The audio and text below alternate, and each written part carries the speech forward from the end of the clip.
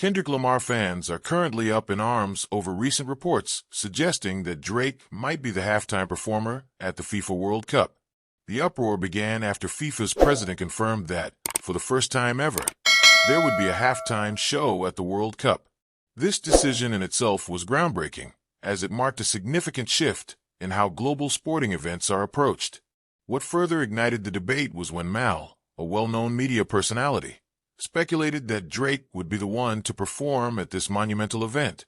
While at first many dismissed the idea as mere speculation, recent statements from FIFA officials and developments surrounding the event have made it clear that there could be some truth to the rumor. Fans are now questioning whether Drake performing at the World Cup will overshadow Kendrick Lamar's own monumental performance at the Super Bowl just a year prior. The debate surrounding the two artists began to take shape when the FIFA president made an appearance on Fox 5 News for an interview. During the interview, one of the hosts jokingly suggested that the halftime show at the World Cup should be given to Drake, possibly as a way to stir up some friendly rivalry with Kendrick Lamar. The comment was framed as a humorous suggestion, but it was met with an interesting response from the FIFA president. He laughed and responded with a knowing comment, saying, "Kind of like a rivalry, huh?" implying that it might be a viable idea. This subtle comment was enough to set off alarm bells in the hip-hop community and the sports world. Many speculated that this was not just a casual joke, but a hint at what might be coming. In addition to this, a number of photos surfaced showing the FIFA president and Drake together at various events. The images added fuel to the fire and led people to believe that FIFA and Drake were already collaborating on the halftime performance for the 2022 World Cup. The World Cup is undeniably one of the biggest sporting events on the planet, and having Drake perform at its halftime show would be a monumental moment, not just for music, but for the global entertainment industry. But the question remains, is this a bigger stage than the Super Bowl? And if it is, does that mean Kendrick Lamar's Super Bowl performance is now overshadowed by the potential of Drake performing at the World Cup? Let's first look at the viewership numbers for both the Super Bowl and the World Cup to better understand just how massive these two events truly are. To make a fair comparison, we should consider the last four Super Bowl events and compare them to the viewership of the most recent World Cup. Over the last 4 years, the Super Bowl has attracted a combined total of 478.8 million viewers across all its broadcasts. This figure is impressive, but it pales in comparison to the 2022 FIFA World Cup, which drew a staggering 1.5 billion viewers for the final match alone. When you add up the total viewership of the entire 2022 World Cup, including all of the tournament's 64 matches, the total number of viewers skyrockets to 5 billion. That's more than 10 times the viewership of the Super Bowl in recent years. Now, let's dive deeper into the significance of those numbers.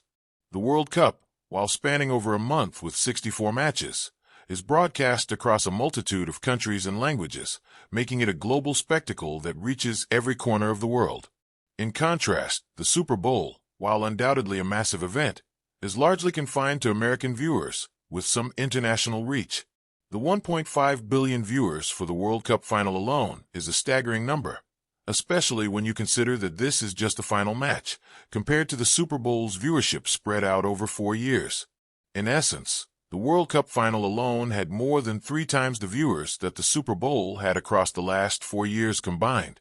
The scale of the World Cup is undeniable, and its reach extends far beyond the United States, making it the larger event in terms of global audience size. But viewership is not the only metric we need to consider when comparing these two events. Revenue is another key factor that many people will point to when discussing which event is truly the bigger stage. The Super Bowl is renowned for its lucrative advertising deals, with commercials fetching astronomical prices during the game. A 30-second commercial slot during the Super Bowl can cost anywhere between $600,000 and $8 million, depending on the timing and the desired reach. This influx of money, combined with ticket sales, merchandise, and other factors, means that the Super Bowl generates a substantial amount of revenue each year. The total revenue for the Super Bowl in 2024 was around $1.2 billion. However, the revenue generated by the World Cup is in a completely different league. While the Super Bowl generates about $1.2 billion in total revenue, The 2022 World Cup final alone brought in an estimated $2.25 billion. This figure is based on calculations derived from the World Cup's total revenue, which was reported to be around $7.5 billion across the entire tournament. The World Cup final accounted for roughly 30% of that total revenue, which would mean the final match alone generated about $2.25 billion in revenue. This is more than twice the revenue of the Super Bowl, and this figure only accounts for the final match, not the entire tournament. It's also important to note that the World Cup's revenue is not just derived from television and advertising. FIFA makes a significant portion of its revenue from ticket sales, sponsorships, and licensing deals. The World Cup is a truly global event, and its financial success reflects its massive global appeal. Meanwhile, the Super Bowl's revenue is mostly generated through a combination of ticket sales, advertising, and merchandise, all of which are primarily concentrated in the United States. This makes the World Cup the more lucrative event in terms of total revenue, further solidifying its place as the bigger global stage. Now, let's return to the question of the halftime performance.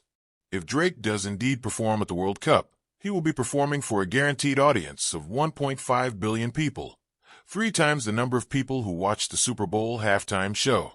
Kendrick Lamar's performance at the Super Bowl was undoubtedly a historic moment, and it showcased his immense talent on one of the biggest stages in the world. But in terms of sheer numbers, a World Cup halftime show would dwarf the Super Bowl in terms of audience size. The World Cup provides a platform that is truly unparalleled in terms of global reach.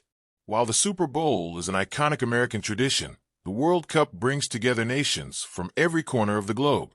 This means that performing at the World Cup would allow an artist to reach an audience that is not only larger, but more diverse and internationally spread out. Drake, known for his global influence and popularity, would be the perfect choice for an event of this magnitude. His music has transcended borders, and he has a massive fan base in virtually every corner of the world. Performing at the World Cup would solidify his place as one of the most influential artists of his generation, and it would also set a precedent for future performers at the World Cup.